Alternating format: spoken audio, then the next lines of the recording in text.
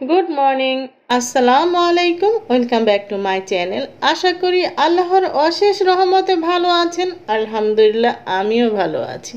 তো প্রতিদিনের মতন আবার একটি ব্লগ নিয়ে আপনাদের মাঝে হাজির হলাম। তো আজকের ব্লগে আমি কি করেছি, সারাদিন কি করতেছি, কি রান্না করেছি, কি খেয়েছি, কি কাজ করেছি, সবগুলো শেয়ার করব। আমার লাভলি বিয়েসরা যে যেখানেই থাকুন, ভালো থাকুন, সুস্থ থাকুন। সবসময় আমি এই দোয়াই করি আপনাদের জন্য। আপনারা আমার ভাই বোন, আপনাদের সবসময় মঙ্গল কামনা করি, যেন আপনারা সবসময় ভালো থাকেন, সুস্থ থাকেন। তো আমার ব্লগটা আজ 8টা বাজে থেকে শুরু হয়েছে। আমি ঘুম থেকে আজকে একটু লেট করে উঠেছি। এই তো আমি উঠে জানালার পর্দাগুলো খুলে দেখছি। আজকের ওয়েদারটা বেশি একটা ভালো না। মনে হয় বৃষ্টি হবে। আজকাল কয়েকদিন যাবৎ বৃষ্টি হচ্ছে। তো আমি গাছে বেলকনিতে এসেছি। এসে দেখি বিকেলের দিক দিয়ে একটু বৃষ্টি হয়নি গতকালকে। তাই পানি দিলাম আর এদিকে রুমে এসেছি। আমার মেয়েও উঠে গেছে। আমার মেয়েও আমার পিছিয়ে পিছিয়ে হাঁটতেছে আর আমার কাজে হেল্প করছে। তো আমি আগে আমার বেডরুমটা গুছিয়ে নিচ্ছি।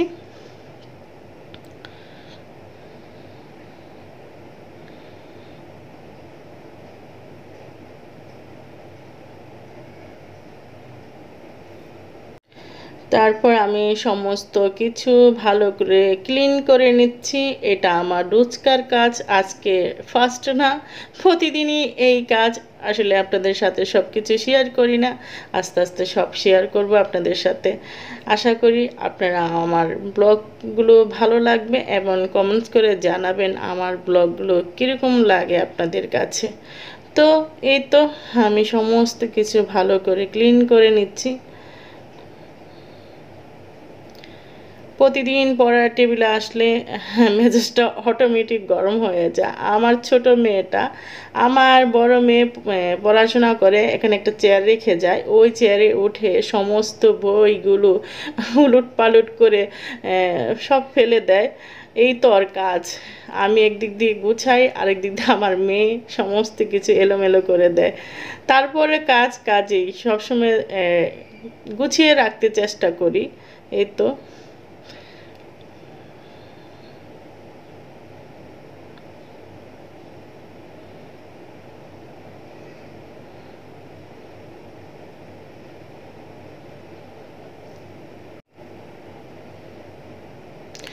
এদিকে সকালে নাস্তা রান্না করব।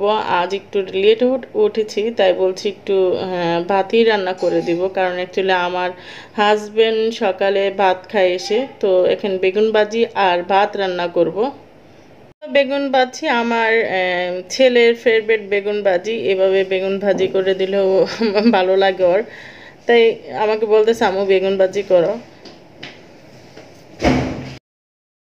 ওদিক দিয়ে আমার হাজব্যান্ড বাজার করে নিয়ে এসেছে।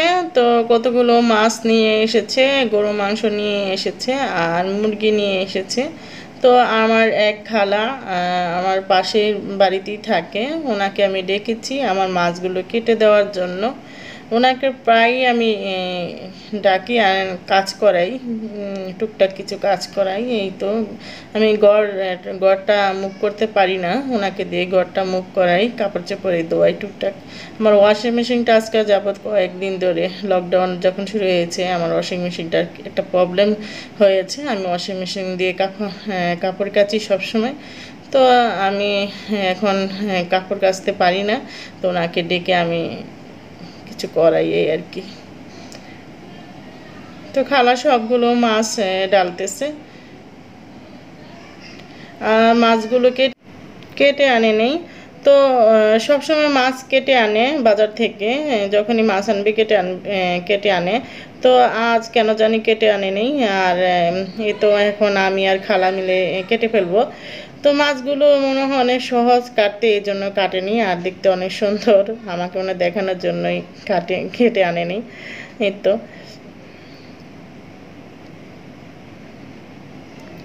এখন আমি একটা পোটলার মধ্যে দেখতেছি যে এখানে দুইটা আছে, কবুতরগুলো আমি ঢেলে এখন বেছে আমি আর খালা পরিষ্কার করে নেব। দুটা কবুতর এনেছে, আমার ছেলে বলে দিয়েছিল ফোনে যে কবুতর আনো, আমার ছেলে পছন্দ করে, আসলে আমি খাই না কবুতর।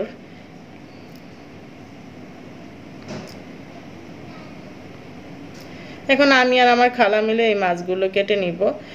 তো এদিক দিয়ে আমার মেয়েকে আমি ঘুম পাড়াচ্ছি। আমার মেয়েকে আমি সবসময় ঘুম পাড়িয়ে তারপরে রান্না করতে চলে যাই, কারণ ও না ঘুমালে ও অনেক রান্নাঘরে গিয়ে অনেক ডিস্টার্ব করবে, আর এটা ধরে সেটা ধরে। এর জন্য ওকে আমি ফার্স্ট খাওয়িয়ে ঘুম পাড়িয়ে তারপরে চলে যাই রান্নাঘরে। তো এদিকে রান্নাঘরে চলে আসছি।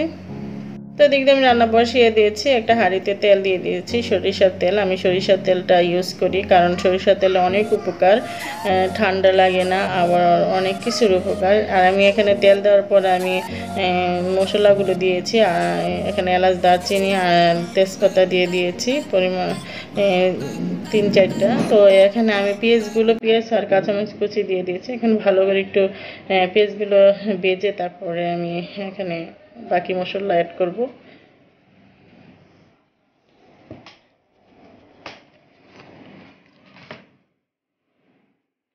তো এখানে আমি কাজু বাদামের পেস্ট দিয়েছি 1/2 টিস্পুন। আমি যে কোনো মাংস রান্না করতে কাজু বাদাম আর কাঠবাদামটা ইউজ করি, কারণ আমার কাছে খুব ভালো লাগে। তো আমি এখানে 2 টিস্পুন আদা রসুনের পেস্ট দিয়েছি। তো এখন আদা রসুন গুলো ভালো করে পেঁয়াজের সাথে ভেজে নিতে হবে, যেন আদা রসুনের একটা এক্সট্রা গন্ধ থাকে সেটা চলে যায়।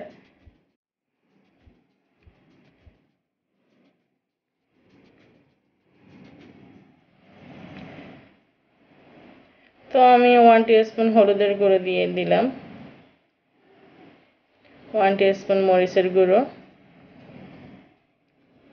1 টিস্পুন ধনিয়ার গুঁড়ো দিয়ে এখন ভালো করে আরেকটু ভেজে আমাকে এখানে পানি অ্যাড করতে হবে। পানি অ্যাড করে কষিয়ে নিতে হবে।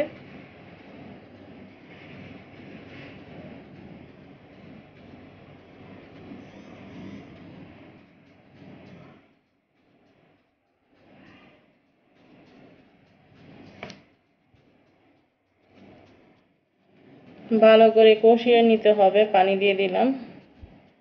তো কষানো হয়ে গেছে, আমি চিকেনগুলো দিয়ে দিলাম।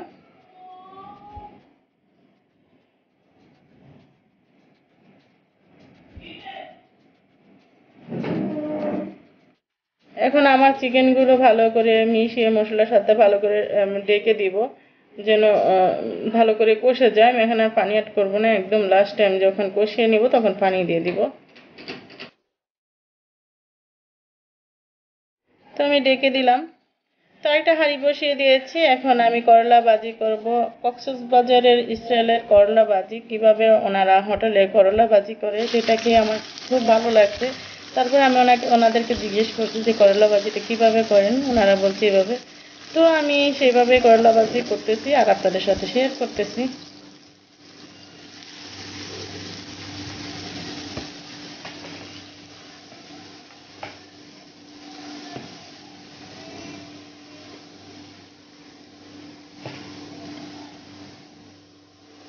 তো পরিমাণ মতো লবণ দিয়ে দিলাম, এখন হলুদ দিয়ে দিব, দিয়ে আমি করলাগুলো একটু ভেজে নিব।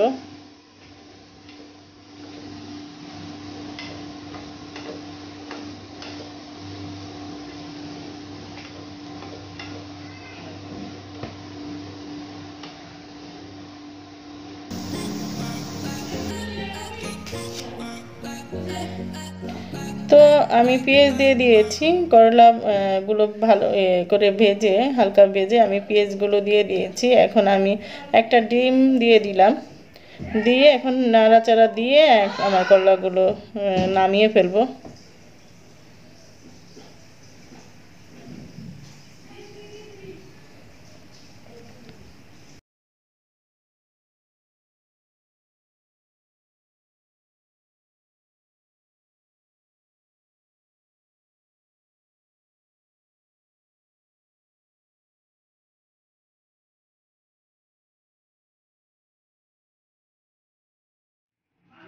সো আমার করলা ভাজিগুলো হয়ে গেছে, তো আমি এখন নামিয়ে ফেলবো।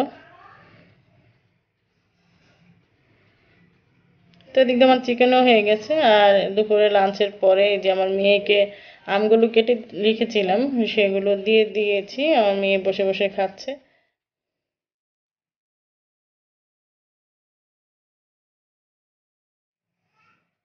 তো আমি এদিক দিয়ে বিকেলে একটু রেস্ট নিয়ে তারপরে একটু ডিআইও কাজ করতেছি।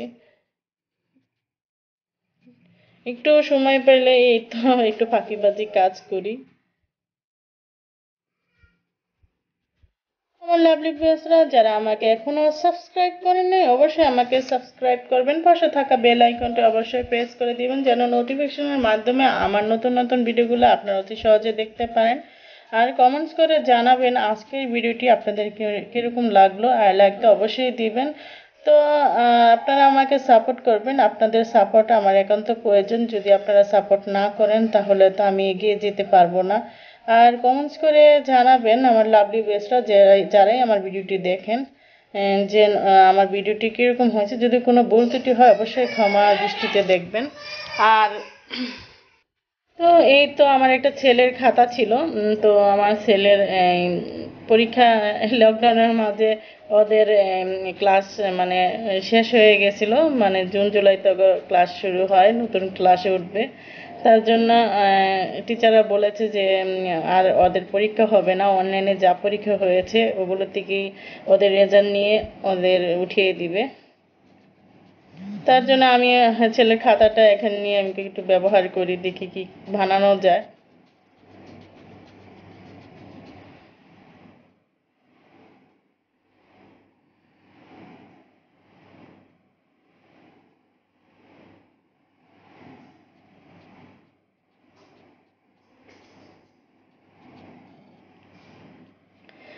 একটু রশি ছিল, পাটের রশি, ওগুলো দিয়ে এখন আমি এটাকে মুড়িয়ে নিচ্ছি।